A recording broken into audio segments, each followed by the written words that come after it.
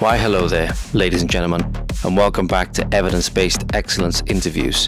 Today, I sat down with Mr. Tim Davies, a man whose experience in the RAF and Royal Navy totals up to 20 years. He's seen many tours of active combat zones, and since his departure from the RAF, has transitioned over to the civilian sector, where as part of his Shadowlands online flying training school, he uses flight simulators to teach people what he used to do in the Royal Air Force and what he used to teach as he was a senior flying instructor. Tim's a very experienced and knowledgeable man, and we discuss the pervasiveness of woke ideology in the form of DEI, how and why it was able to infest such a prestigious institution as the British military, and the RAF in particular. We also discuss many other things that are plaguing the UK on a wider political level at the moment, such as the revelations involving the systematic rape, trafficking, and gang rape and torture of 250,000 plus predominantly young British girls by predominantly Pakistani Muslim grooming and rape gangs. And finally, interspersed throughout the interview, talk quite a lot about the things that we can do on a daily basis to make sure we live the best lives as possible, to make sure we're strong, principled, and healthy individuals. So ultimately, it's going to take all of us on an individual level, making sure that we are strong, healthy, and principled individuals via the actions that we take on a daily basis. That's going to be integral for taking our countries back. With that, enjoy.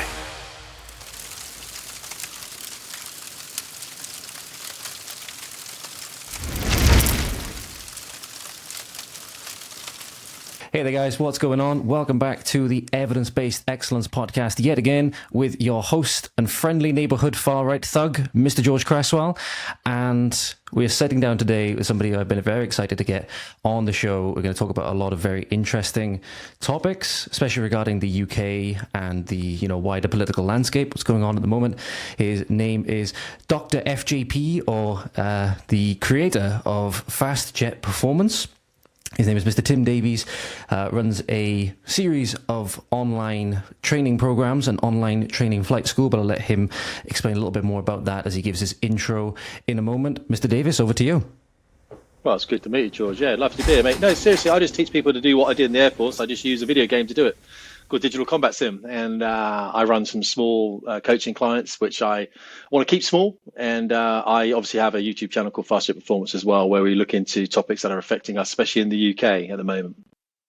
Right, saying the overall experience from the RAF and the Royal Navy totaled up to about 20 plus years, correct in saying? Yeah, that's right. Yeah, so 5 years in the Navy and 15 in the Air Force. That's right. Very, very experienced. There's a lot of, no doubt, a lot of experience, a lot of skills, a lot of things we could talk about you picked up along the way.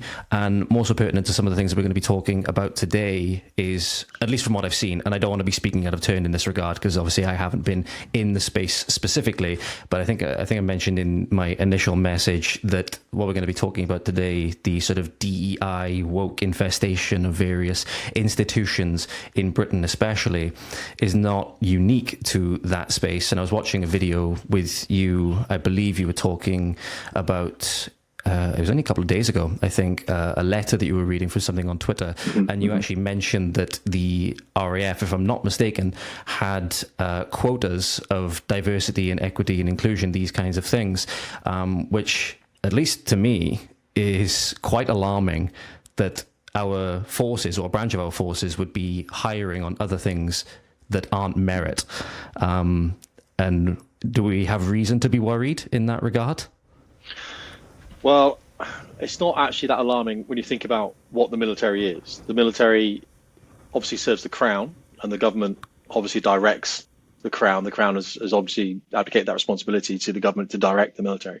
So when you put these people in the senior elements of the military, which tend to be, and I don't want to say yes people, but you don't promote people who don't do what you want them to do. Okay, so if you are a boss of a squadron and you've got 3 squadron leaders underneath you, of which I was one of them, but I'm not doing what my boss wants me to do, I'm actively going against him, he's not going to promote me, because like promotes like. So what you get, you realize very quickly that yes men do well. So you become a bit of a yes man. I never did, of course, and a lot of the guys that I work with also didn't. Don't get me wrong, the majority of people in the military are not yes men. They're not at all. But the people that are, of course, do well, and they get to the top.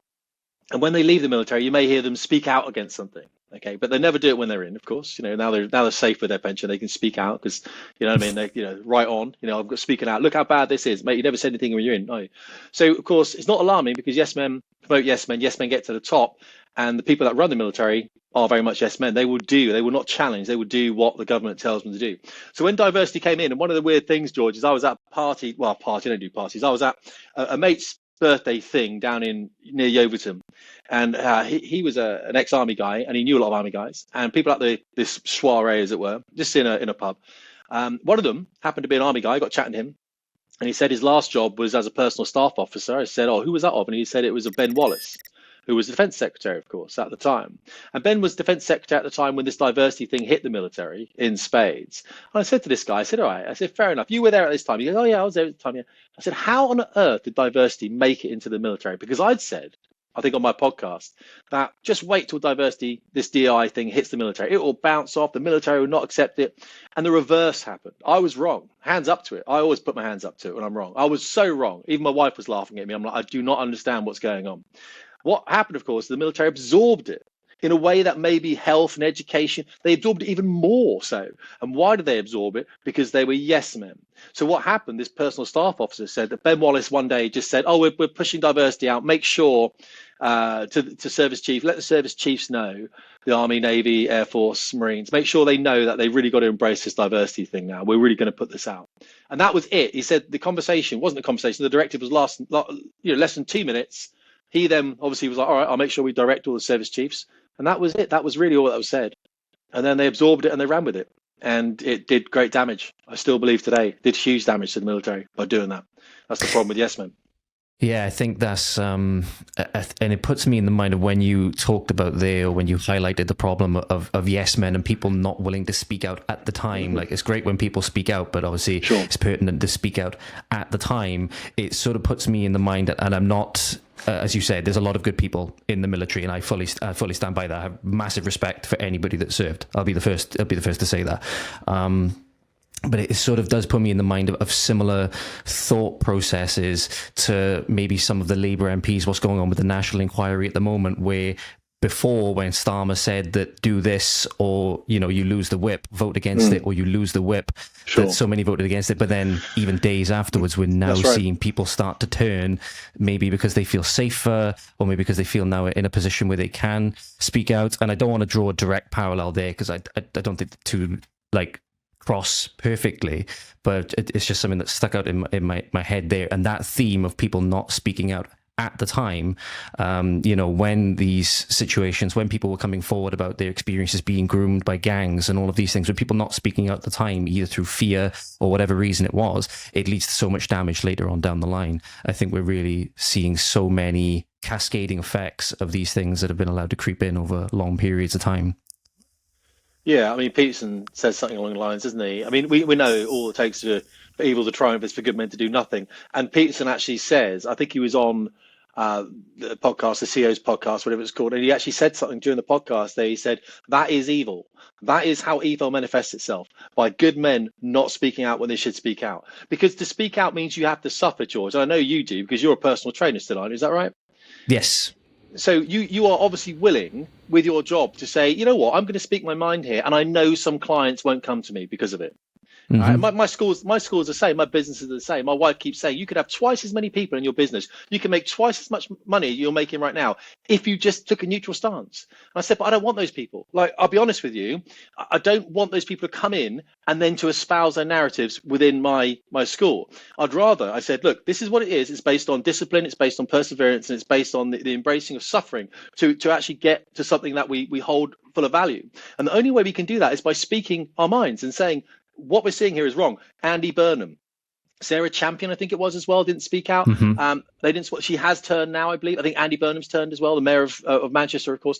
These are weak Sarah people, Champion. George. I do apologise. She was one of the ones. I know she was getting a lot of flack because she initially was trying to speak out about it, and then she seemed to go quiet. I think it was back. Obviously, I'd be perfectly have the ignorance of youth on my side, which is why I love speaking to people and learning these things. Like I'm perfectly okay with giving my opinion, but like you said, hold your hands up when you're wrong and be willing to hear. Like you brought up Peterson, what he says, whereas think that the person you're speaking to knows something you don't, and go into conversations, go into dialogue. And I think that's one of the key principles that allows people. That's what's been shut down a lot with the dialogue that we've had, like in schools and stuff like that. The echo chambers. The first say, then if you come in with some kind of dissenting opinion, they don't allow it. But I kind of lost my train of thought a little bit there for a minute, but Sarah Champion, it was in the Commons, I believe it was, or the Lords the other day, where she seemed to be almost scolding Rupert Lowe about what he said with regards to the National Inquiry, and then not even, a week later, she's changing her tune. So it's just like, it's almost like, why aren't people almost like saying to it and then sticking to it? What else is going on behind the scenes? And obviously we know so much with the infiltration of globalist non-governmental organizations, Larry Fink in BlackRock, Bill Gates, all of these people. Like, how deep does the rabbit hole go, so to speak, is what I'm wondering. Yeah, I'm starting to change. She had an issue with the language Rupert Lowe was using, and for me, I'd rather he use that language. I mean, it's the same with Alex Jones. When Alex Jones went underground, remember that? A long time ago, he was sued, wasn't he, for Sandy Hook, went underground. And I remember thinking, no, don't put him underground. Don't do this to him. Let's listen to what he has to say. Now, a lot of what Alex Jones has said, by the way, has come true. So if you want to, whether you like him or not, it's come true. But don't stop people speaking. I'm a big fan. I'm anti-hate speech laws myself. I could not. Me too. I don't want any of them. And there is a danger, of course, with getting rid of them all. But I'd rather accept that danger than the alternative, because I think who makes up the hate speech laws? Who decides? It's probably going to be the worst people in the world. It's going to be the people at school you didn't want to speak to really because they were nasty people. Those people will get a little bit of control. It will go to the heads, and they are going to make up these rules. I see it in local clubs and communities. I belong to a rowing club. I was the chairman of the rowing club, and I had a committee, and we reduced the committee from 9 all the way down to about 5. It ended up being about 4. And those 4 people were senior people who had responsibilities in businesses, in civilian life. And we could sit around and we sort of would look at it from a very hierarchical perspective, like, right, what is best for the club? No egos. But when I had 9, there was personalities involved. There was this guy doesn't like that guy, and that guy said this guy. No, reduce that down. So the people, if I let those guys obviously make decisions and everything else, we'd have had a fragmented club. At some point, you've got to say, right, so what is the right thing here? And the right thing to do is to hear everyone, and then we can make a decision about it. But when you want to shut people down, I don't want to hear that person. And that's the issue with hate speech. We shut people down. Because if you listen to some of these things you see at Speaker's Corner, where you may get a Christian preacher, or you may get an imam or something, I want to hear what they're saying, because some of it is absolutely horrific and it has no place in society, but I still want to hear it. And I want to monitor that guy, and I want to know who his friends are and where is he preaching and what's going on. Imagine if we shut it down and we didn't hear that stuff. Because that's what hate speech does, of course. So, absolutely, it's not. I think the problem was she had an issue with what Rupert was saying, the language, and I think that she's inherently a good woman, Sarah Champion. And I believe that later in the day she went, no, you know what? It's a pretty simple thing, George. We've had inquiries, we've had the J report, we understand that it's not complete. It's how do we tie these things up?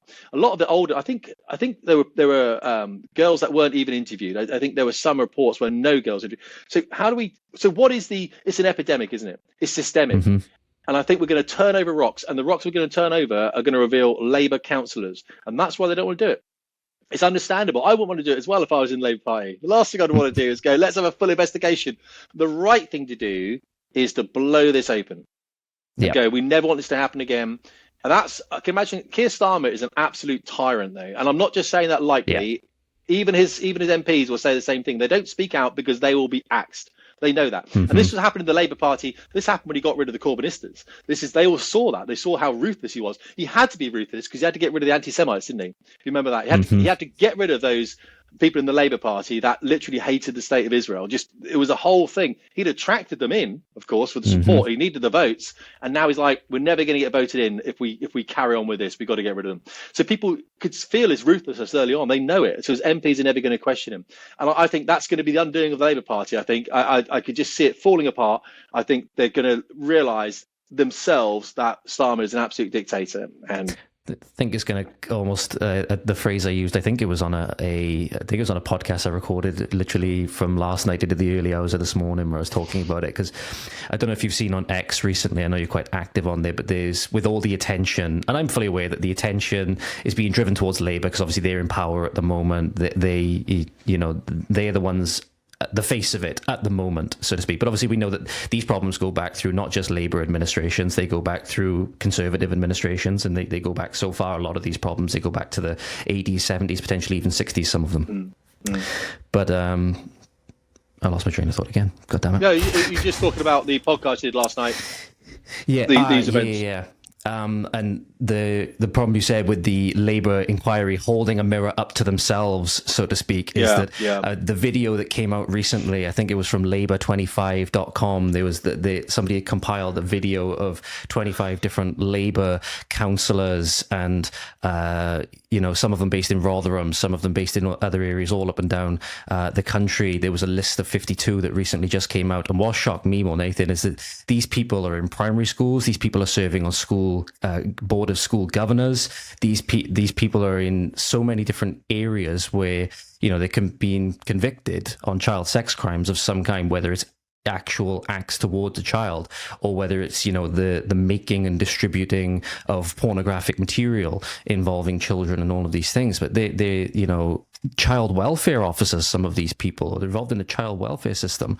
And again, it just makes you wonder how deep this all goes, and just how deep and how much the cover-up has been. And it's exactly what you said. I think I agree with you when you say that the best thing to do is blow it all open. It has to be blown all open, and we have to hear things that we don't want to hear, regardless of how disgusting they are. I think that's what made reading some of the excerpts that are coming out from the courts or wherever at the moment regarding the rape gangs and stuff like that, some of the really evil things that have been done to these children. And I know you were talking about it on one of the videos I was watching literally just before we sat down now. And it's important to say it as it is and make sure that the language that's being used isn't necessarily the problem if it's conveying the message accurately. Like, the message may sting, the message may be something we don't want to hear because it's so sick and so disgusting, but we need to hear it, and we need to admit that we have a problem. I think it's one of the first things they say, if you want to get better at something, or if you want to get something around, whether it's an addiction or make positive changes in your life, you need to first admit that there's a problem. And sunlight is the best disinfectant. Yeah, absolutely. And I think you made some very, very good tangible points there. I mean, one of the things that interests me recently, actually, is why there's a couple of girls that have come back onto the scene that are having sex with lots of men. Have you seen this at all? Adult actors, I think it's Bonnie Blue, and I think the other one's called Lily something. Yeah, Lily Phillips, That's it, Lily Phillips. So interesting. Why now have they come back up? Well, this is interesting, isn't it? So we were talking about Pakistani grooming gangs. Let's call it what it is. Pakistani rape gangs. They were raping, and of course it's interesting. I'm quite open with facts. I like facts. It's not necessarily rape to have sex with a girl, between 13 and 16. It's not necessarily rape. There's an area of consent where it's actually called having sex with a child. Okay, so when people say it's rape, it's not rape. Under 13, tick, happy, it's rape. And some of these girls were down to 11 and stuff. I mean, to me, it blows my mind. 5, from what I've seen. Hear that. I didn't hear that at all. Was that from right? other documents that I've read, not necessarily just the Pakistani Muslims, like the list the list of 52 names of Labour, like councillors, ex-people and stuff like that. There was charges as young as 5 on How are they getting list. hold of a 5? Where are they finding 5-year-olds from? I mean, it's not like a 5-year-old's not walking the street, is it? It's 5 years old. Where are they getting a 5-year-old from? I can understand when it's... Yeah, go on. I think it's why it's so dangerous when I mentioned to you that they're lurking within the school system. I'll see if I can, while we're talking about here, I'll see if I can find an example for you. But this is the thing about the Pakistani gangs. Of course, if we want to deflect from Pakistani gangs, a lot of people, and I see this on here, would go, hang on, what about the white gangs? Yeah, no, don't get me wrong. White gangs are actually quite difficult to find. They are them, but this was systemic. This is something that we need to talk about because it was Pakistani Muslim men that were doing these grooming gangs. It's just a fact, all right? We know it's a fact. We need to tie it together. That's what an inquiry is for. Now, if you want to deflect from that and you want to go, because you want to look at maybe these young girls were degenerate. Maybe, like the police said, they were complicit. Like a 13-year-old can be complicit in this. It's disgusting me, but let's pretend they can. Let's pretend a 13-year-old who's been put into a home somewhere, no one loves her. And that was the interesting thing about it as well. A lot of these girls went back to these people. I heard someone talking about this because that was the only place they could find attention from someone. Like, they didn't have a family. This is so disgraceful. I think this is one of the worst things about it that we're not addressing. Like, these young girls were so unloved by anyone, but by anyone in the world, that they would go back to their rapists because that was someone that paid them attention.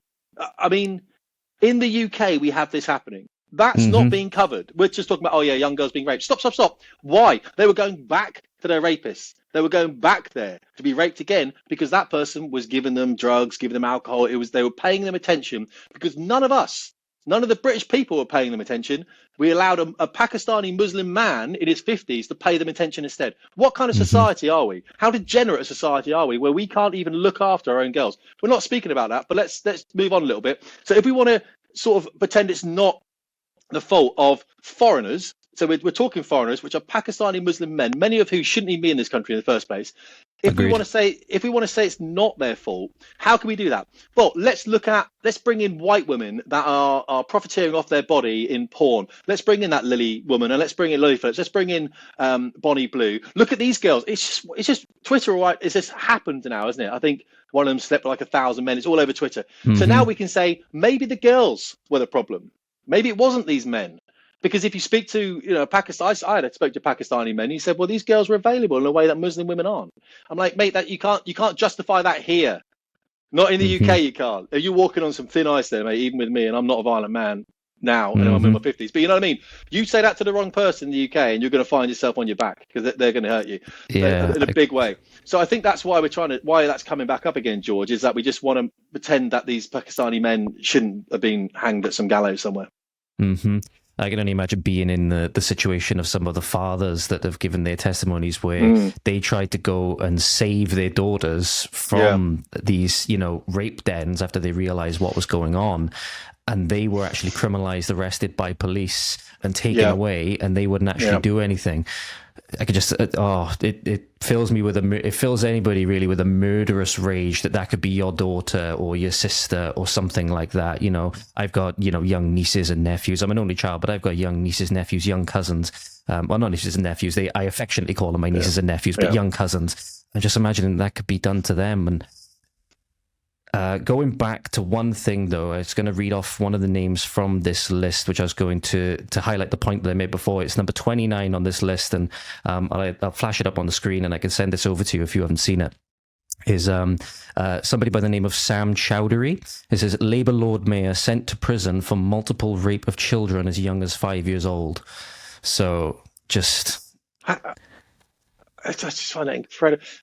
I mean, I think we're fortunate. I say I'm fortunate, and I'm assuming you are as well, that I don't have that problem, that I look at kids in that way. But do we have to live in a society where we allow other people that do live? I mean, these people are a threat. Why are they here? Like, they shouldn't be here. I was listening to a guy the other day who was on Border Force for a long time. He was talking about the problems with the European Convention of Human Rights. And I think Article 3 within that says that we can't deport people who may be tortured or punished, and Article 8 in that was saying that they have a right to a family life. So even this man you just mentioned who abused a 5-year-old girl, under the ECHR, he still has a right to family life. Therefore, we can't deport him, especially if he's going to be tortured. I think Pakistan at one point said, send them to us, send them back to us, we'll look after them. And then I think Labour said we can't do that or something.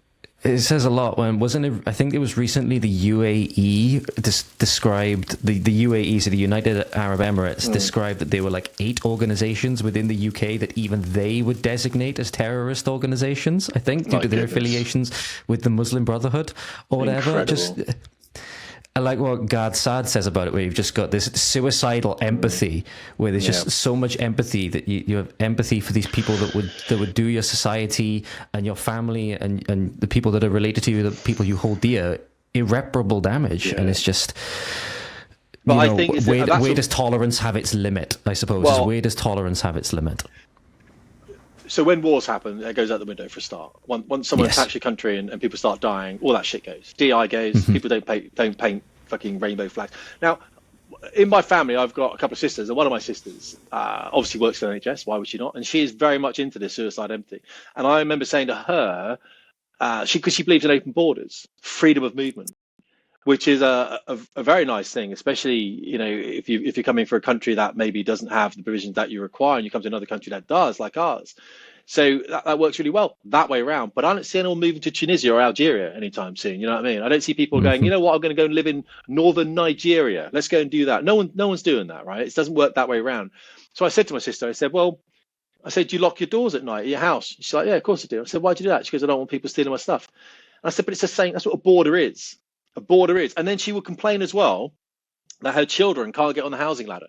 And I'll say, well, that's because there's housing. Obviously, there's more people. There's less housing.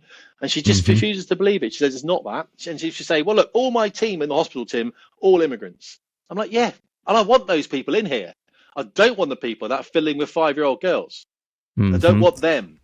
You know, that's the thing. I agree with you, and I'd be the first to back anyone in that regard, because some of the people that took care of me when I was at my most vulnerable, so in July 2033, well done, George. When in July 2023, I was admitted into ICU and I very nearly lost my life. I spent a week on ICU and I was in a medical-induced coma for a lot of it. But during my recovery on ICU, pretty much all of the staff members that were assigned to me were of immigrant background, and they were absolutely tremendous with me. You know, very empathetic, took care of me. They were very responsive, lovely people. And I was not the easiest to deal with when I was in ICU, absolutely cracked out of my head on morphine and God knows whatever else. But those people, they are a tremendous asset. I'd be the first to say that. But it's almost like a lot of people, you know, a lot of bad actors, whether they're doing it intentionally or not, or knowingly or not, will almost use that as a smokescreen, do you think, to cover for all these other people, whether they realize they're doing it or not? Yeah. Because the conversation's a difficult one, isn't it? And I think a lot of people are very virtuous and they don't want to be called racist. It's so bad for them to be called racist. I put racist in my bio, I think, for Twitter now. I put far right supremacist or something. Just get it out there, right? I'm not. That's why I call myself the friendly neighborhood far right thug, to be fair. Well, I mean, it's so ludicrous, isn't it? What's far right now? It's what we used to be. It was centrist. I mean, so people don't want to be called racist.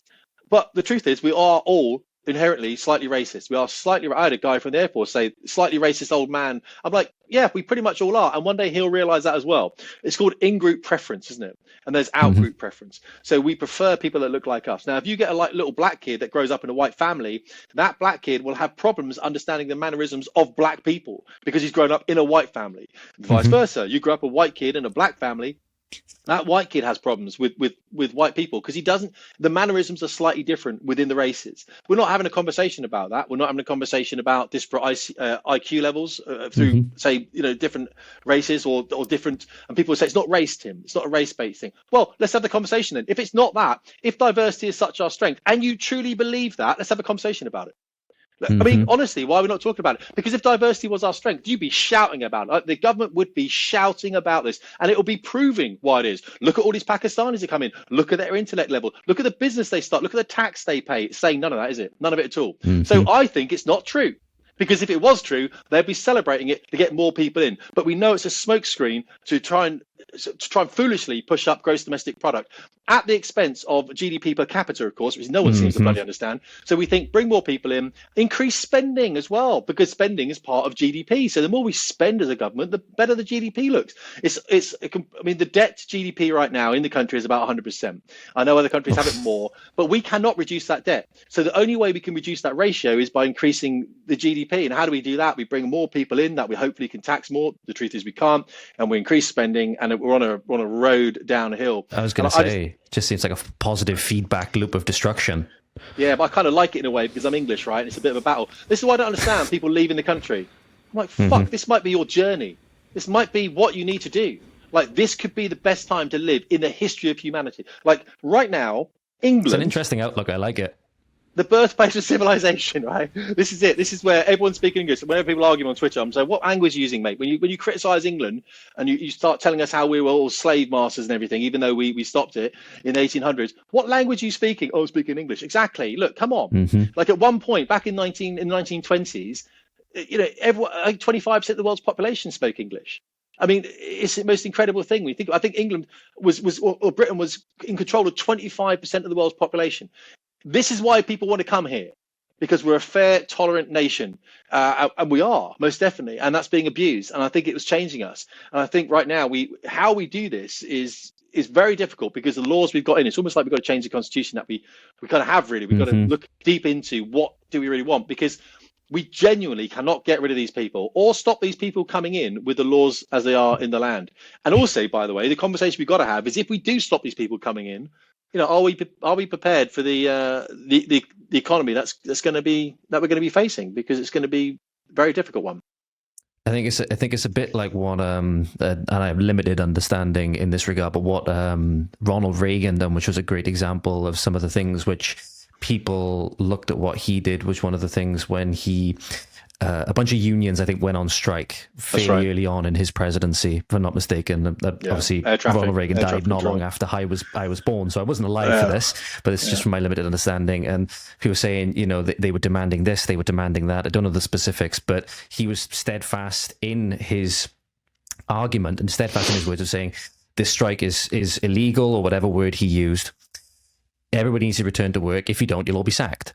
That's right. And I think it was a great example of somebody following through on their word, primarily, knowing that it was going to cause a huge, you know, downswing. It was going to cause a huge headache in the short term, but in the long term, it was going to pay off dividends. And I think that's what so many, and that can be applied to so many facets of life. I talk about a lot of it with regards to people in the health and fitness and stuff like that. I'd be like, you know, you're making short-term sacrifices now in a lot of ways, and we can try and make those as little short-term sacrifices as possible to make it sustainable for you. But you have to make some short-term sacrifices, whether it's in the gym, whether it's in your diet, whether it's in your daily activity, whether it's putting your phone down for a bit, and whatever bad habits you may have, so that you have these long-term benefits. So a lot of people, you know, can't tear themselves away from those kind of things. And I think it's like, as you said, when the people climbing up the ranks, or people at the top of the RAF, and these people, they're yes men, and they don't want to rock the boat and all these things, that it creates so many problems later on down the line. I think that's what we're in the midst of dealing with now. And I think because it's gotten so far, it's exactly what you said, in order to get out of it. And that was actually one of my questions, which I had in one of the sections here, which was, how, in your view, do we start to turn the boat around, or whatever, if there is a way to turn it round? I'm not clever enough to answer that, and I don't pretend to be. You know, I mean, I'm very careful with what I say, because I realize how ignorant I am. I'm only a product of what I've read. I'm only a product of what I've seen, and how we think, and the conversations we have with people like yourself, George, and other people we converse. But I've been there for 50 years, and of those 50 years, probably 30 of them have been where I've seen a bit of society. And I would argue, actually, for 20 of them in the military, you don't see too much anyway, because I'm the wrong person to ask. I haven't got a solution. And if I had one, you know, I'd be shouting about it. But the truth is, I don't think anyone does. I think the key, the only thing I would say is this is why listening to you is so good, because you've nailed it. There needs to be a great deal of suffering in order for us to come out the other side. But people don't want to suffer. People are into that short-term gain. I mean, if you argue with me, right, I'm about 10 years away from, maybe 15 years away from retirement or whatever. I'm working a business now. I want to maximize my growth. Like, I really want to maximize that to put into my pension, so when I retire at 65, I can go and buy my Porsche and I'm all right. You know what I mean? I realize that that's not what my life's going to be. My wife and I argue about this all the time. We're probably not going to be now making enough money to probably retire happily, because we're going to have to sacrifice a lot of that, whether increase taxes on people who would be in the top 40% of earners, which is probably me in the top 40%. If you earn over about 65 grand, you're probably in that top 40% of earners. I think top 40% of earners pay 76% of the tax. The top 1% of earners pay 40% of the tax. So I'm paying, my cohort is paying, your cohort paying a lot of tax. Understand that. All I'm arguing is, I want to know that tax is going to solve something. I don't mind paying it, but I want to know it's not going to be thrown at immigrants that aren't going to bring anything back. I mean, genuinely, immigrants who've been proven, we know this for a fact, as a net deficit on the country. The majority of immigrants at the moment are a net deficit. I'm not talking about the people that are working in the health service, education, defence, that are bringing in a tangible reward, and we can see that. I'm talking about the ones that are bringing their families, maybe on an education visa. Families sit there. dependents. I'm talking about these people here. We need to say, right, you've done your 3 years education, you're out. And we need to take, like, we're not listening to a no. Yes, the country you've come from is quite violent. And yes, you may be facing repercussions for leaving. And that could have been a decision you thought about at the time. But you didn't want to. You didn't want to do that. Well, I'm sorry, it's still going back. And people will die. And we will get accused of nasty things. And it's going to be horrendous. And England's going to get, or use England, because when we talk about the term British, it's very inclusive of a lot of people who I don't think you can call English. I don't think you could call them as an Anglo-Saxon heritage. And I feel that we need to be talking about this ancestry that people don't talk about. Like, I will wrap myself in a flag. And you bury me in that flag and I'm happy. My wife's happy, everyone's happy, right? And that's the flag of England, so St George's flag. Wrap me in that flag. Now, I'm half Welsh. Wrap me in a Welsh flag as well if you want to. But it's important that we have an ancestry. So I know that my actions have a tangible result on the people that are in this country. So when I run a club or society, I know that I'm helping those people I am. If I'm British, so I've come from Nigeria, say, like Kemi Badenoch had. Her mother came over here. She was an anchor baby, had the baby, took her back again. So just listen to what that was about, because that happens a lot. Kemi Badenoch's mother came to the UK to have the baby. Then she took the baby back to Nigeria, and they went to Nigeria. Yoruba tribe. Kemi Badenoch identifies as a Yoruba. That's what she said. All right. So she identifies English. Yoruba. So she obviously had her education in Nigeria. Then she obviously went to America, had education in America. And then she came back here. Now she's running a Conservative Party. You tell me how much that woman actually values, because she's not an Anglo-Saxon. She has no heritage whatsoever. She has a Nigerian heritage. She identifies as a Nigerian. And she's running the Conservative Party. Now, people will call me racist for that. It's like, I'm not preventing Kemi Badenoch doing anything at all, which is the definition of racism, because of her race. I'm not doing that. What I'm saying is, I believe that if we want to be invested, if we want to elect someone who we know is invested in the welfare of the people of Great Britain, then they need to have an ancestry that is British, like a true British ancestry. And they need to have roots in the land.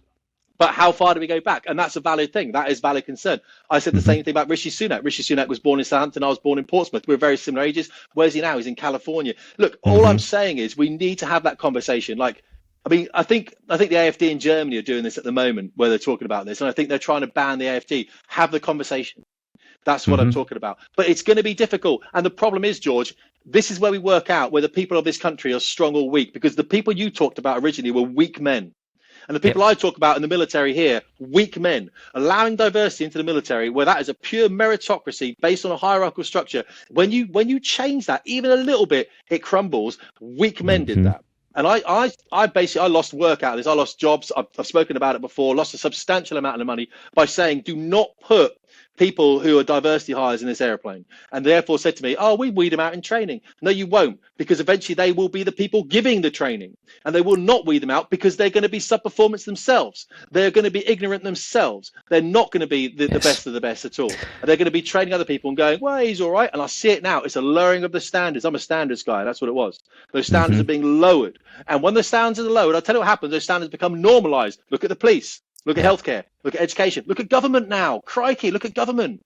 It's in education with affirmative action programs and all stuff like that. Awful. And what do we do? We sit here and it becomes normalized. I understand that. The reason I go to the gym every morning in my garage, George, is not because I want to, by the way. It's because I have to. Because I don't want to normalize my existence into being an unhealthy bloke. I don't want to be out there. The other morning I went out, there's -3 degrees. You know, when you're lifting weights, it's -3. You're like, this pisses me off. My fucking hands. You know, I don't use gloves. I'm like, this pisses me off. I'll do press ups instead because my fucking hands hurt. I don't want to be there, but I am there because I know one day someone's going to call on me and I might need the extra 15 seconds of just cardio. I might just 15 seconds to drag my wife out of the way of a moving vehicle. A bit of extra strength or something like that. Anything. It might not be enough and I might die. I accept that, but I want people to turn around and go, well, at least he tried to be the best he could. You know, at least he tried to eat a healthy diet, even though he wanted to, you know, all that stuff.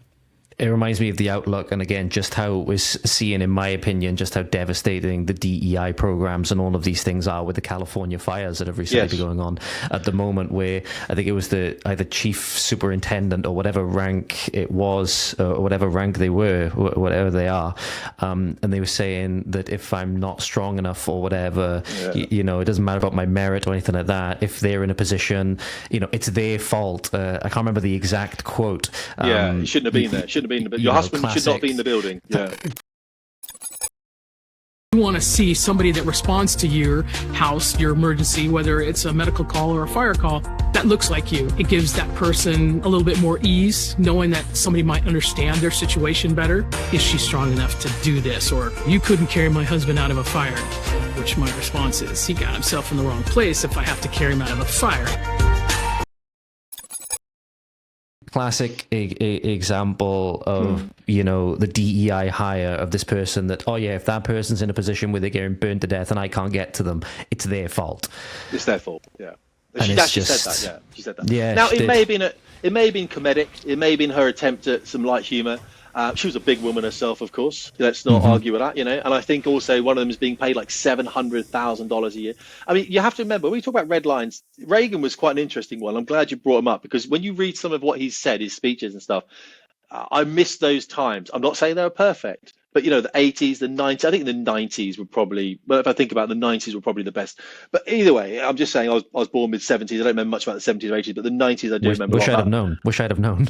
Well, you know, I joined the Navy back in '93, and it was very pure. I didn't have a phone. You know, I drove a Mini from Dartmouth back to Guildford, where my girlfriend at the time, now my wife, was. You know, I've been the same woman since I was 19 years old. I think I'm quite fortunate in that regard to be with the same woman since I was 19. But when Reagan said that, you know, I'm going to sack all the air traffickers for going on strike. And then when you look at like Obama with the red lines in Syria, if you do this is a red line. That happened. Assad did this, and I think it was the gas with the barrel bombs. And Obama didn't do anything. And now, from now on, we can disregard anything Obama said, you know, because he's not going to do it. So I think sometimes you've got to say, right, I'm going to make this threat. I'm going to make this threat. I remember I was in a job and they said to me, unless you take your YouTube channel down, we're going to have to let you go. Fuck off. What the fuck already? They don't realize who I am. Like, I'm going to double down on my YouTube channel now. I will sack this job off and I'll go back to working. I'll push trolleys back in Asda again, because that's where I started off from. All right. And that's an honest job. I know that because I did it for like 3 years when I was at university, and afterwards you just collect trolleys, you bring them back again. I'm not going to take down a YouTube channel because that is against, I'll be honest with you. I think speech is more important, and it's probably a very naive thing. We die poor, but we still die wrapped in a flag as honourable men. And I don't think we have honourable men anymore. Point out an honourable man to me. I'm struggling. I'd say Rupert Lowe would probably be one. I think Farage is struggling. I think, was it Zia? I think he's a good guy. I think Ben, I like what Ben says. You know, Ben Habib. But I think, you know, there aren't really many people I look at anymore. And they should inspire us to do better things. Yes. And I don't see politicians. I don't see military leaders. I see the odd one or two military leaders. I see some Americans as well that I'm very interested in, and some guys in some other militaries as well. But there's rare, and I used to, when I was growing up in the military, we had characters in command, and everyone knew, oh, that guy, no, he's amazing. I remember I'm sorry, I'll just spin this. I remember I was in a wardroom down in Devonport, and a man walked in, and we're all young fighter pilots in the Navy, you know, in training, but we all got the flight suits on and we're all drinking. And it was a naval base. It was Plymouth, so it was submarines, and I think it was mainly surface vessels. But this guy came in, everyone was quiet, and I was like, you're all drinking. I was like, who's that guy? They were like, that guy is he's like the most senior submarine captain in the Navy. It was like Goddard walked in. Everyone was so like, that's the kind of guy. We don't have these people anymore. They just don't exist in society. And I don't know why. I just think people aren't speaking out. People are too afraid. They're too worried about what the pushback's going to be.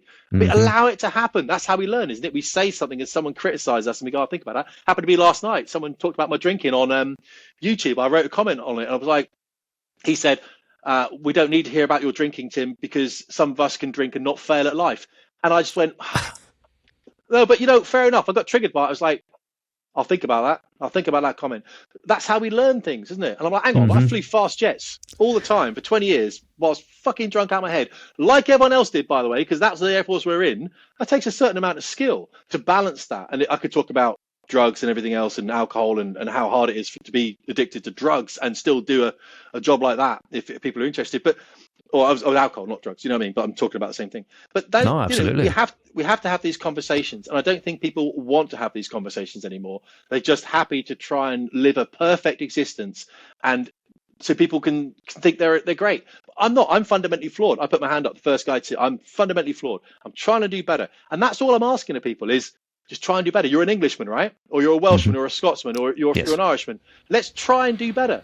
Like, if you do better, your family does better, your community does better. Why? Because they look up to you and they want to be part of what you're driving, and they're proud for you to be part of the circle, even if you are wrong. Sometimes you say wrong. It just doesn't happen. And I think unless we get back to that foundational element of what it means to be a good citizen, there we go, we've said it. A good citizen, which means we don't touch up 5-year-old kids. And if we find people that do, by the way, we do something about it. We don't tolerate that within our communities. You know what I mean? Yes, so absolutely.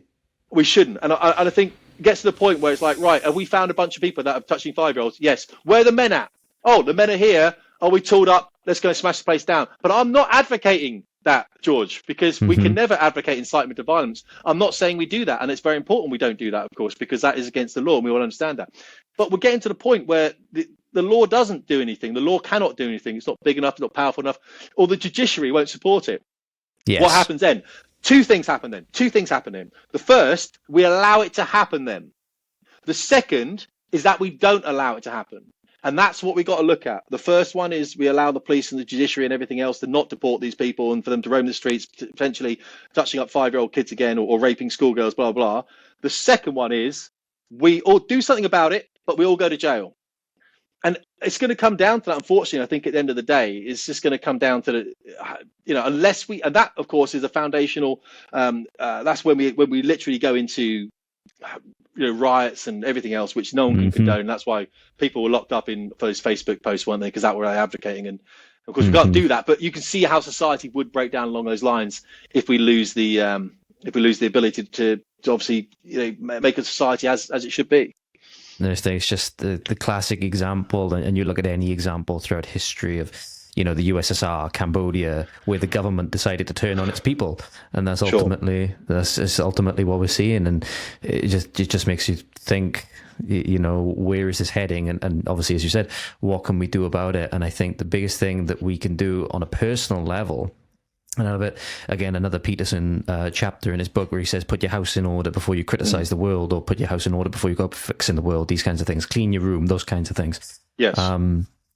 Is that people being willing to stand on principle, like you said you were willing to do when whoever it was that said to you, you need to take your channel down or you're going to lose this job, these kinds of things. And it reminds me of a personal example for me, where I decided to leave one of the jobs that I was in, one of the roles where I was in, where I'd been there for nearly 10 years. But in all of my nearly 10 years there, it was the first time within this, time that I was there that they were showing that they were going to start bringing in these diversity and equity trainings into our regular training sessions that we done every single month. They were trying to get us, so they made the people that stayed there, I didn't do mine in the end because I left, they had to write pledges, literal pledges, and that's the word they use, on how they were going to contribute to net zero and these kinds of things in the workplace. What? Really? We are just rec assistants and lifeguards, and these are the things that being had to do. In all of I was there for I left towards the tail end of last year, so 8.5 years I was there. This is the first time in 8.5 years that I'd ever seen it, and I'm there thinking, at the very least, nobody else can see it, but I can see the writing on the wall. I'm like, I know where this is going. I know this is just the tip of the iceberg. And the fact that they called it a pledge, they said, make sure you do your pledges, your carbon pledges or your net zero pledges. I'm like, I'm not doing this. I'm not doing this. This is a job, though, isn't it? It's like, what happens in the days when you turn up at 9 o'clock and you work for the job they want you to work? Tim, I want you to come here, pick up trolleys in Asda car park. I'll do that. I'll put the Asda thing on. I'll go and get them. And at 5 o'clock, I want you to go home, 9 to 5. That's a job. When we start saying, and you need to pledge to manifest a greener lifestyle and what you're doing, that's not a job anymore. It's the first time I'd ever seen politics being forced onto people within my workplace, and I was like, I'm not about this. Well, in RAF Bryce Norton, Claire O'Grady was the station commander at the time, and I know her husband and Claire quite well, but she managed to get, I think, the only rainbow crossing drawn on any base in the whole of Europe. She got one drawn on the, and I remember when I challenged her on this. It was outside the nursery, and I think they said, "Oh, it's to do with the kids. It's rainbow, isn't it?" And then I literally got Bryce Norton's front of their webpage up, and it said about diversity. We've even drawn a rainbow DEI crossing on front of. I'm like, these are children. They're kids. You're trying to enforce this degenerate thing onto children. And I will say it's degenerate. Just go and watch a Pride March. Tell me it's not degenerate. Watch a Pride March. Take young children to a Pride March. And if you're a Christian man, if you're a conservative man, you'll be like this in front of their eyes. You're like, don't look at this. Because you've got people walking down there in hardly any clothes on at all, you know? Yeah, that's exactly what it is. It's degenerate.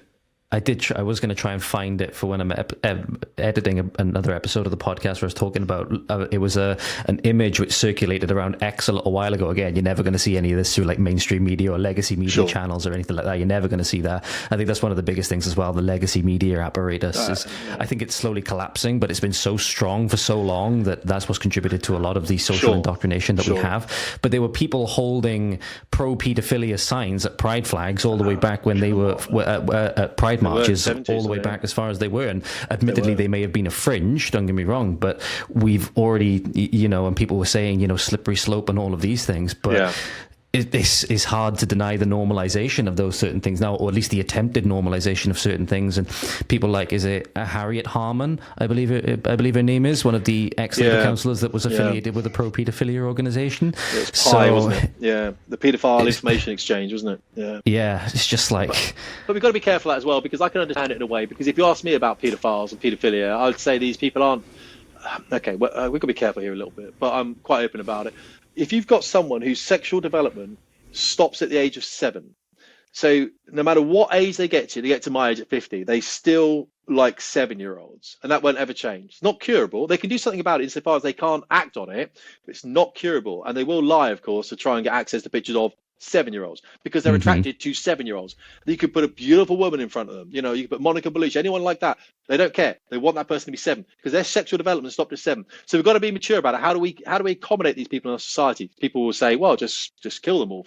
Yeah, I get that, and we understand that, but they might have families themselves, even though they're attracted to 7-year-olds. The truth is, we need to do something about it. We need to understand that. And I think Harriet Harman was trying to understand this in the same way. So that's why, and people might hit me on that, because they got more information. I'm happy to listen. But from what I've read, she was trying to understand more about the development of paedophiles and how to keep them within society. Doctors now, I think some doctors, there's a program where with AI, I think some paedophiles are allowed to go to the doctor and they're allowed to create, I think 10, because it's illegal for you to draw a picture of paedophilia. It's illegal for you to do that, I think. You can't draw a picture of, you're not allowed to do that. You're creating images, you're creating indecent images, and you're not allowed.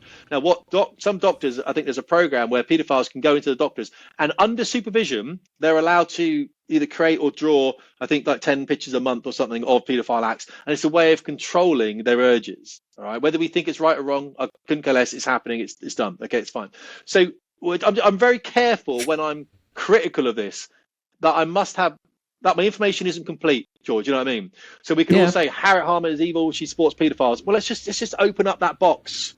Let's unravel it. Is it the truth? Like Sarah Champion against the National Inquiry. Is she, or did she really have a specific issue with what Rupert was saying? I think it's a bit of both, to be fair. But, let's be fair to people, because if we're not the fair ones, then we're as bad as my sister saying she wants open borders, but she still locks her house at night. We cannot be the hypocritical people. We have to be the adults in the room. I agree. Because other people are not the adults in the room. Remember what Stormzy was saying about something along the lines of, in his song Shut Up, these MPs, these MCs want to be Lord of the Mics, but they're not even Lord of the Yards.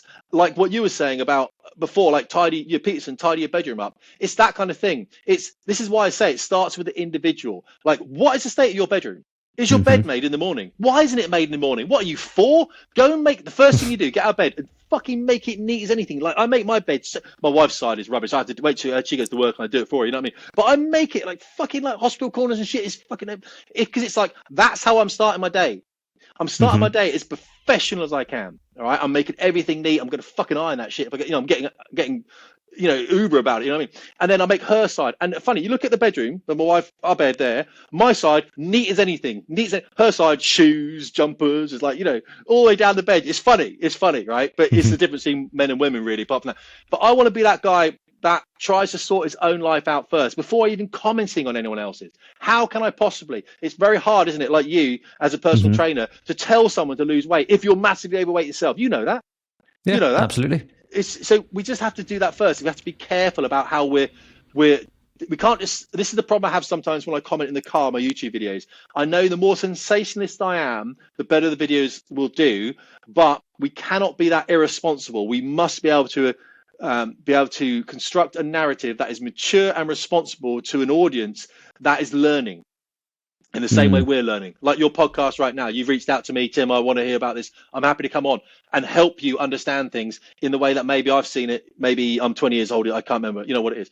So so I think you're absolutely right. Don't get me wrong, but we have to be able to be the adult there, I think, if we possibly Absolutely. can. I think this one thing, putting a bit of self-awareness on myself sometimes, and I've always found this when I spend too much time on social media or on X or on other platforms, and I get riled up because obviously things get reposted, things get retweeted. You see these same things coming up over and over again. It's very, very easy to get into an emotional state.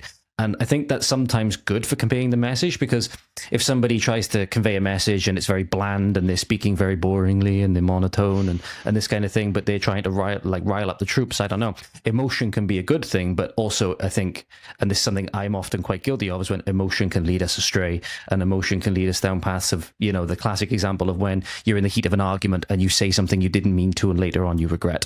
So I think that's where, especially with the very high emotional environment we're in at the moment, especially in Britain, with, especially the revelations that obviously people have been trying to bang the drum on this, for people have been trying to sound the alarm on what's been going on in Britain for years, for decades even. And just the absolute state of the bureaucratic corruption, that it's so easy to get into such an emotional state that you're almost feral. You're almost feral yourself in what you're saying. And I think it's a good point you made there of being, no, we must be professional. We must show that we're, willing to have open dialogue, these kinds of things. It's very easy now. You see people who are even on the more right-hand side of politics. I can't remember who it was the other day, but saying that we should stifle, or the right should stifle free speech and restrict free speech, because why on earth would you want to give your enemies the right to speak? And it's just like, well, now you're highlighting that horseshoe where the far left and the far right are not too different, from each other in a lot of things. So I think that big thing you said there about professional standards and keeping your emotions in check and keeping your room tidy, because if you keep your room tidy, oftentimes more, and this is something I've found myself, it keeps your headspace tidier as well. So it's like if you have a muddy room, you have a muddy mind, so to speak, or at least that's the way it's been in my experience anyway. I think there's a lot of things like that, to be fair. I think when you're talking about the repression of free speech, and I think if you look at what conservatism is, or what the right would be, and I hate the definition of right and left, because people would say, well, Hitler was right wing, and I'm like, oh, it's socialism, isn't it? Technically it's left wing, but it was different. It was different back then. It's not the same as left and right now. Left and right now isn't the same as anything that's gone before it anyway. It's all muddied. It was a bit of left and a little bit of right, and a bit of totalitarianism, a bit of fascism, a bit of social, a bit of mix, you know what I mean, in what we now define it as. Now you can read some great essays, some great narratives, you can work out exactly what National Socialism was, but then you read one author, you read another, and it's all a little bit changing. So I think what is conservative? You look at right-wing conservatism, it's there's religiosity in there. There's a heavy religious bent in there, and I get that, and I like that. And what I'm seeing at the moment is I'm seeing people leaning on Christianity. And what I say to people is, don't be afraid to embrace Christianity in the lifestyle. We are a Christian nation, and people have a go at me the whole time. I'm like, we are. Our values are Christian values, whether you like it or not. Absolutely, we have Christian values. It doesn't mean you've got to go to church. It doesn't mean you've got to put a cross on your wall. However, if you were to read extracts of the Bible, which I do now, I visit. I'm a Catholic man, although I'm not practicing as such, but I like to embrace Christian values because I think that's a healthy way of living, forgiveness, and all these. I go and visit these monasteries, these churches around the world, and I look up and I walk in and I think that's effort. Someone has built this, effort. They believed in something more important than themselves, and that's what they did. Look at this. Amazing. Like I talk about Buckfast Abbey down in Devon, and my family back in the 1900s, it's been built many times. They helped build Buckfast Abbey. Whenever we go down there, the monks, they give us some wine, and they're lovely people. But you walk in there and you think, this is extraordinary. Like, it's never going to be done again, is it? No one's ever going to build this again. We can't get the manpower. It's amazing. So what does it mean to be doing something for a higher purpose in yourself? And if we attach that, whether it's nationalism, which might be unhealthy, but it could be healthy. If nationalism is unhealthy, but we embrace nationalism, and it stopped foreigners raping our children, it's healthy. It's healthy. I mean, is it not? It's healthy. Yes, you can go too far. You can go full MAGA in America if you want to. But then we've got these boundaries, haven't we? And right now, we're somewhere in the middle. Maybe we need to go a bit right, and then that will overflow, and it will swing back to a bit left. It will go a bit right again. But you can, if you want to leave, if you want to go, what am I going to do? Just focus on yourself. Lead a healthy life. What does that mean? Well, it means listening to guys like yourself about fitness and nutrition. It means maybe listening to guys like myself about Christian values. It means listening to other guys, just and trying to adopt a small bit of every one of those things to be better, to be a better person within your own communities. Like, how can Absolutely. I help? How can I help the people? And we start small, George.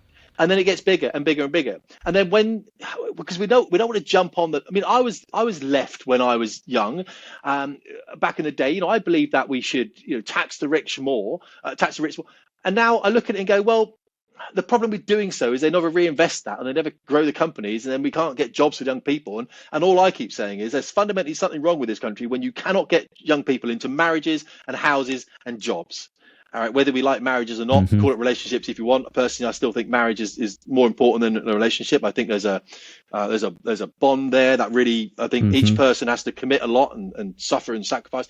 But houses, get people into houses, get people into jobs. And if we just cure those three things, the country grows. Right now, we can't do that. I mean, a lot of houses aren't going to British young men and women, and it makes me so sad. And I think the more and more, and this was me in my youth. I was a hedonistic atheist in my youth. Don't get me wrong, it led me down some less than virtuous paths, should we say? But I think again, it's another Peterson quote. There's a lot of Peterson quotes coming up with this, but I can't remember what interview he said it in. But I was like, he said that he doesn't see a way back for Western civilization from like a secularist atheist standpoint. And more and more the more and more you see about what's going on, the more and more you look to what's going on, the more and more I've sort of become a lot more sympathetic to that position, and to the extent of where, after I had my experience when I was in hospital, that changed a lot of things in my outlook. But like maybe we do need to start taking at least the glue that held society together in a lot of ways, in terms of the social norms, in terms of the laws, in terms of the foundations for the laws, and the presumption of innocence till proven guilty, or all of these things, and why, and how that dates back to some of the oldest documents of like laws and these kinds of things, like the Magna Carta and things like that, and how they were influenced by Christian teachings and all of these things. And maybe we do need to start taking them a lot more seriously, and especially the one you highlighted there, which I think is, the collapse of the nuclear family and the collapse of the sacrament of marriage. I think that is, how people see relationships nowadays is a large part of what's contributing to the destruction. It's how you get people like Bonnie Blue and Lily Phillips and these kinds of things, where the actual relationship and marriage element has just been so devalued and often by a lot of people demonized and stigmatized, I think quite unfairly. Yeah, so a technique we use in the Air Force a lot of time was the red team stuff, and to go to the extremes. So we'd say, we're going to hit a target in this airplane here. What's the target look like? What's the enemy threat look like? Et cetera, et cetera, et cetera. And we go, okay, cool. So we're going to do this plan. And we come up with a plan, lots of people in the plan, and then we red team it. And we say, right, what's wrong with this plan? And we'd all sit back, we'd bring in other people, and we get to tear our plan apart. And I think that's quite a good thing to be doing when you're looking at, especially extremes. Like, if we look at the left and right of arc of what might be good for the country, you could say, on the left of arc, let's bring as many people in as you want. It's going to increase GDP, and we're one big family. Right, let's just leave that there, park it there, and that's the left. What's the right of arc? The right of arc is we shut the borders and we get everyone that's come in the last decade and we chuck them out. Right, okay, that's pretty extreme as well. Yeah, just get the extremes. Somewhere in the middle is the correct ground. And that's what we've got to find. What is the correct ground? All right, what are we supposed to be doing? And I think these ones are interesting, especially when you start looking at things like how to live a better life, how to contribute more towards society, how are we going to get more people into marriages where that they mean something. See, the problem is my wife and I, we were divorced many, many times. If we hadn't, we would have split up. If we hadn't been married. Marriage means you've got to sacrifice something to someone that you don't particularly want to always do. There's something as well, I will tell people this because they probably don't realize it. When you're sent to war, and I've been sent to war a few times in the military, being married is a good thing because there is someone else that's going to have like your back home. It's like, I'm married. When you meet another man out there, I'm married to. It means something more than my girlfriend, my partner. I'm just telling it does. It means that you've gone and you said, I'm willing to make a commitment to you. And I think commitment, especially for men, is important. If you look at the Crusades, I've got a Richard the Lionheart flag up in my garage. I know technically he was French. He was only in England. I think he was born in England, but then never really lived in England. He lived in Normandy, didn't he? But he was one of the commanders in the third Crusade. And I think an historical figure is worth reading about. But I have the flag there. When you look at the Crusades, the knights were not wealthy people that went on these crusades. They were impoverished people that believed that by going on a crusades, they could rid themselves of sins and therefore ascend to heaven. So they went on these crusades to free Jerusalem, whatever the crusade technically would have been. Massive amounts of Islamic sacrifice. colonization and all of the other problems Absolutely. that were going on at the time. It reached Europe, they're pushing it back. Again, it's reached Europe, we're going to push it back again. It has no place in the Western world. And I've said this before. Islam and the West is incompatible. It has no place. Completely We're learning that lesson now. We're learning it now. Different values. We're going to do something about it. But we need men to stand up, like those men that went in the Crusades. And they walked literally to the Holy Land to take them back. We don't teach this in school. This is a very noble sacrifice. So what else is a noble sacrifice? Well, maybe leaning on Christian values, maybe getting married, maybe working hard for little money to put it away to get yourself on the housing ladder. Maybe, what else are we looking at? So maybe not sleeping your way around, not watching pornography and stuff. These are sacrifices because it'd be quite good to just put porn on. It's satisfying. It dulls you, of course. I don't watch it, but I understand young people do because there's so much out there. I think someone made a good point the other day. Well, people do, and I understand why. And and apparently one of the biggest Google terms is, how do I stop watching porn? Like, how do I stop watching it? And it's sad. I don't know if I was that age now, I'm not that age. I'm 51. Well, 51 this year.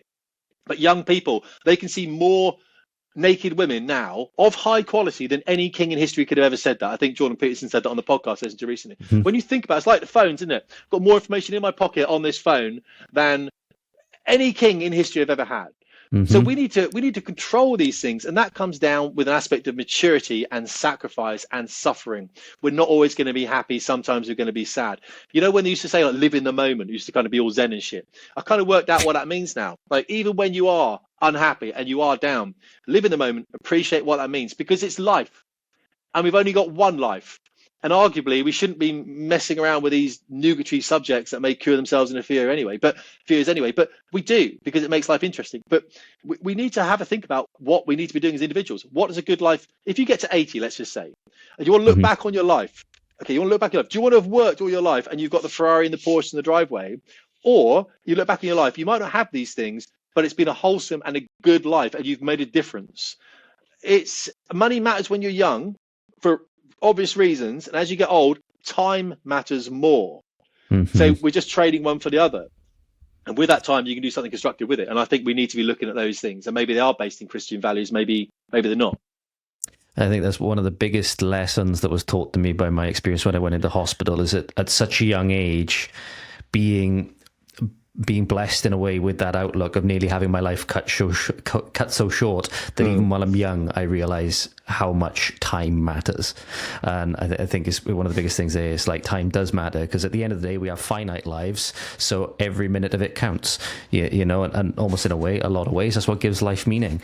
But yeah, there was loads of good stuff there, has to be said. And I do think that at least remembering where our traditions, norms, rules, regulations, where they come from and why, is going to be at least a very important part of getting the country, or even getting everybody. If everybody on an individual level takes that, and as you said, does the things that make their life better, and by extension, by them benefiting their lives, living better lives, being healthier, being stronger, being better for their communities, it's going to have that positive knock-on effect at a community level. It's going to have a positive knock-on effect at a societal level, and that's going to have potentially positive knock-on effects at a civilizational level, at a national level.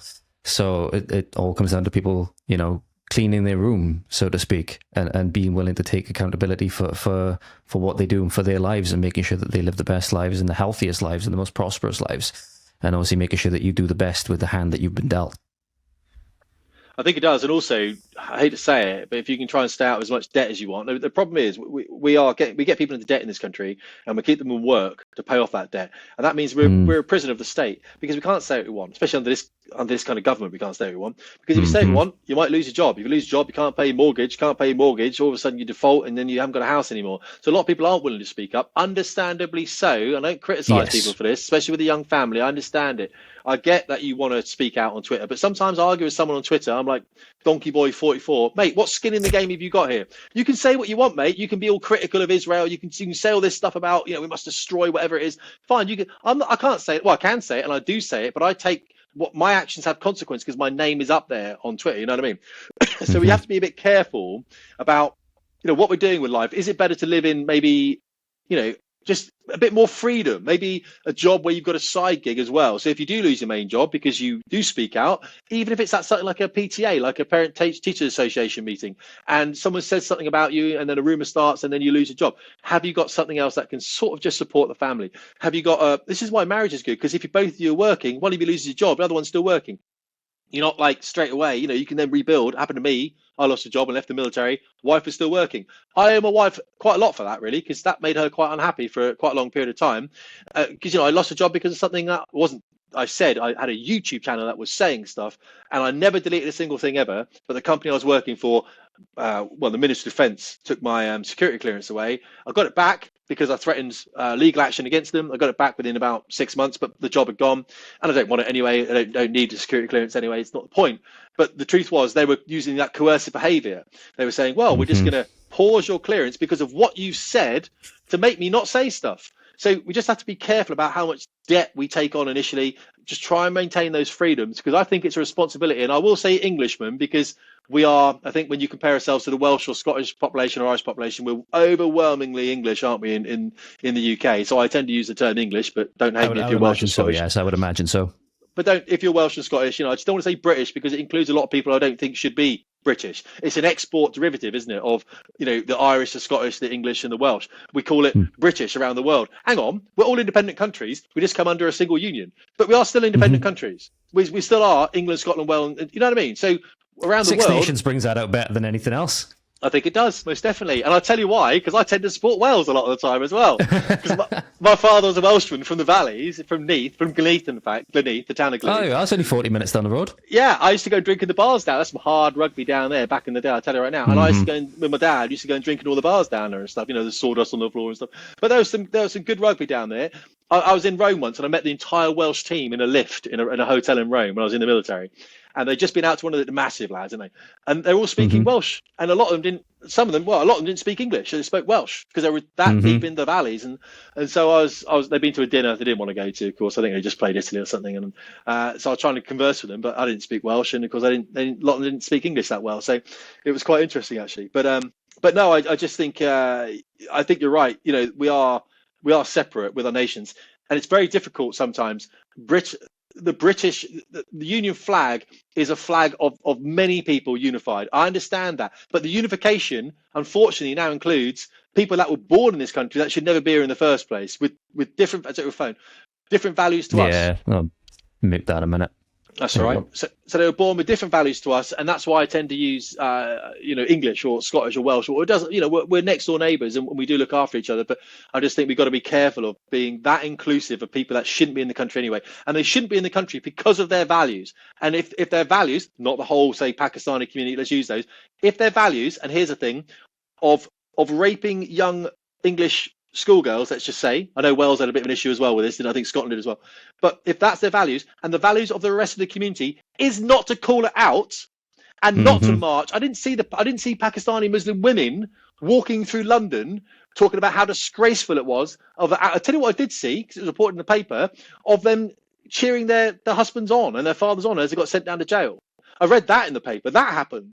The Pakistani Muslim community did that, some of them, fair enough. But where's the disgust in the whole community? I see a few people putting their hands up. I see a few people, Ben Habib and some other people saying this is disgraceful. I don't see many others. And so when we talk about Britain, Great Britain, when we talk about British people, these people will be under that banner. And I don't want them to be under the banner. I don't want to be under the same banner as Englishmen who fought to make this country what it is. And we've got people in here that should never be here. Now, that might be a nationalist argument, but is it safer that we don't have any of them in here? And that's what it comes down to, George. Like, what's the safest thing to do for your kids it would be safer to get rid of every single Pakistani Muslim from the country than it would be to have any of them in. That would be the safest thing. Now, let's be honest, that's obviously not practical. It's not something we're doing. We're very accepting people. So we're not doing that. No one's advocating that.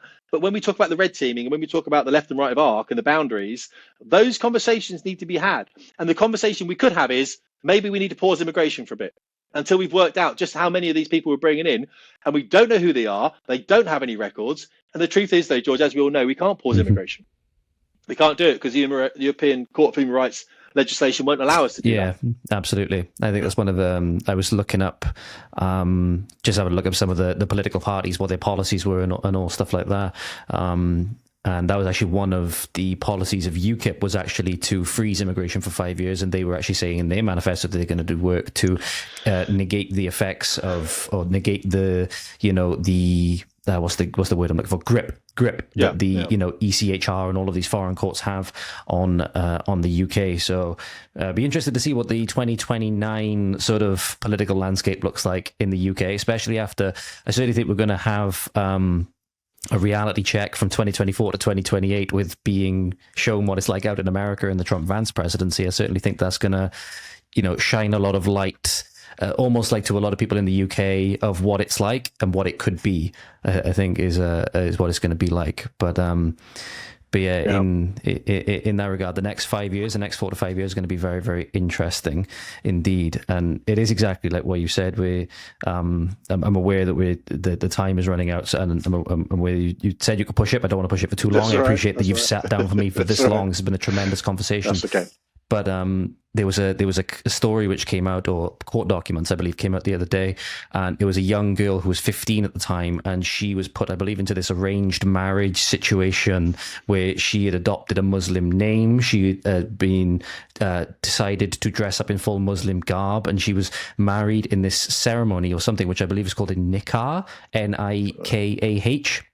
And it's a wedding ceremony where she got married to this Muslim man, or I'm not sure where the guy was from. They like to use the euphemism Asian, don't they, in these documents and in the media. They like to use the euphemism Asian to sort of cover it up a little bit.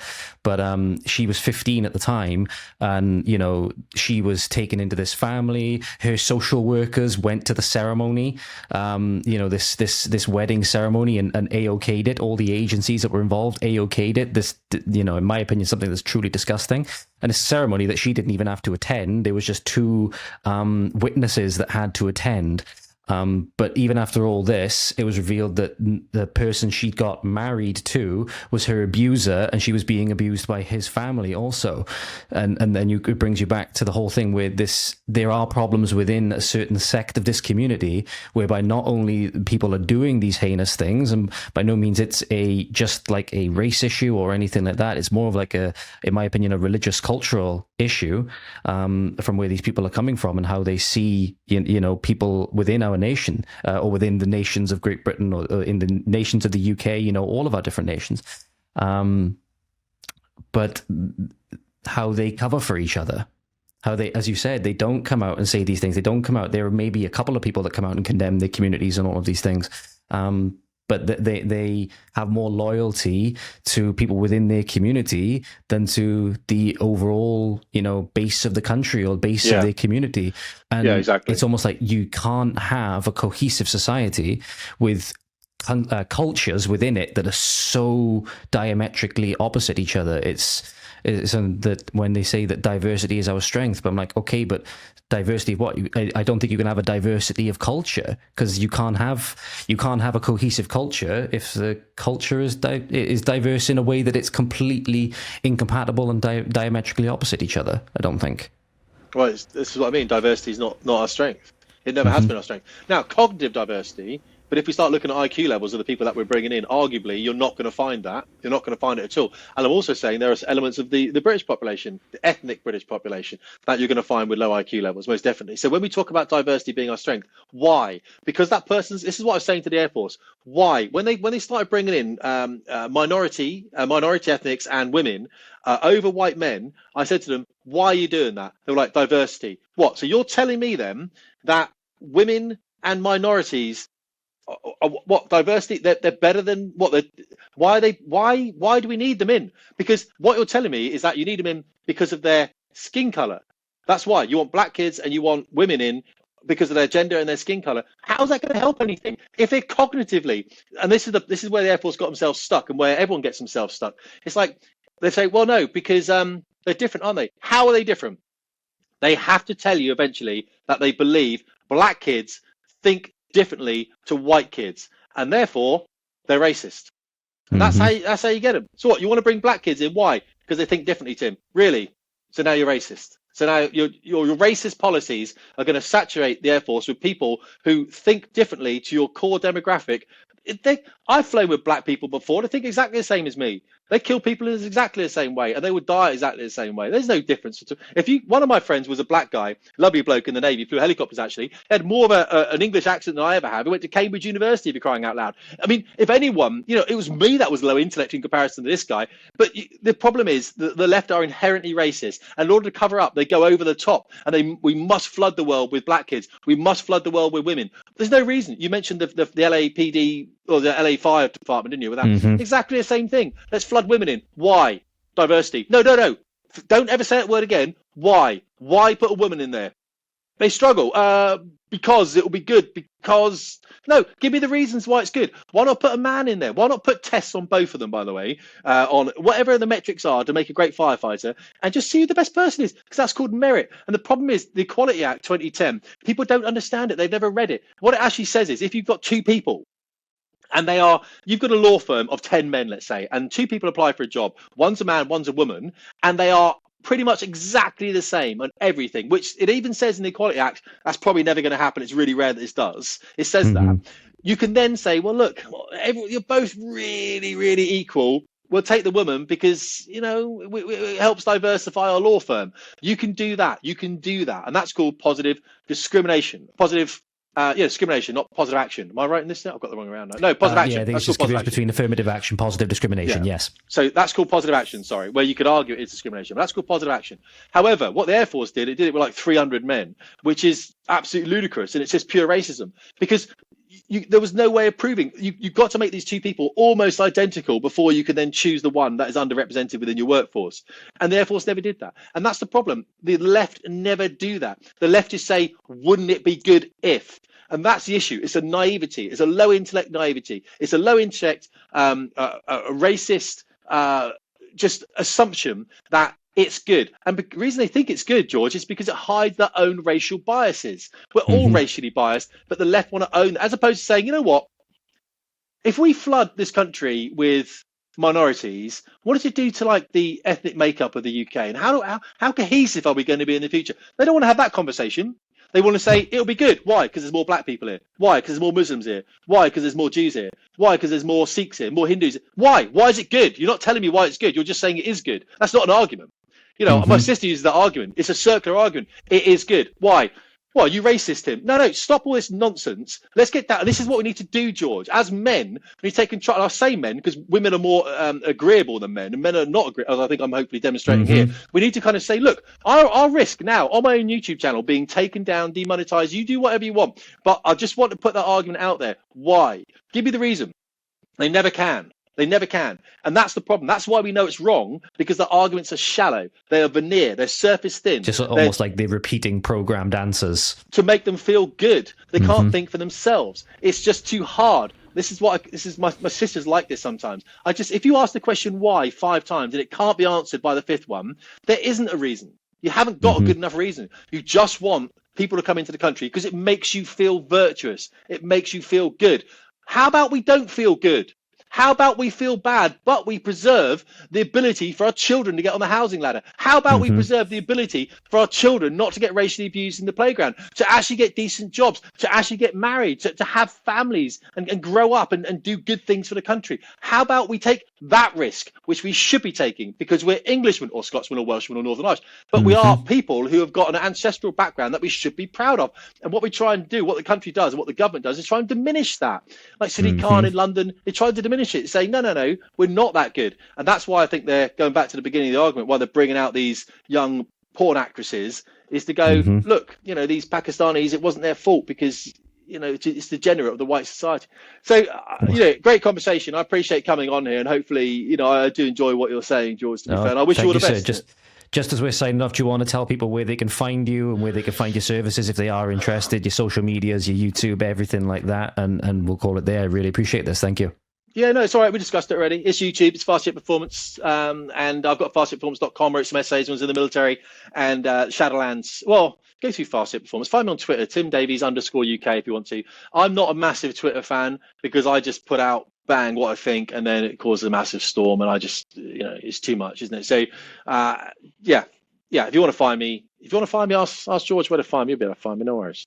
Support your podcast. All right. Well, thank you very much, Tim. And no worries. Yeah, hopefully we'll speak to you again. Or hopefully I'll be back sometime soon, or sometime in the future. I certainly hope so. But thank you have a very good day, and we'll hopefully catch up very soon. Thanks, George. Thank you, Tim. Appreciate it. And there you have it.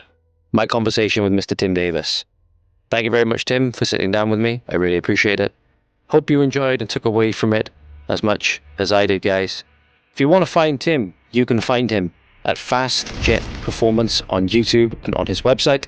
If you want to find him on X, you can find him at Tim Davies _UK. And with that, have an amazing day, and I will see you soon. Godspeed.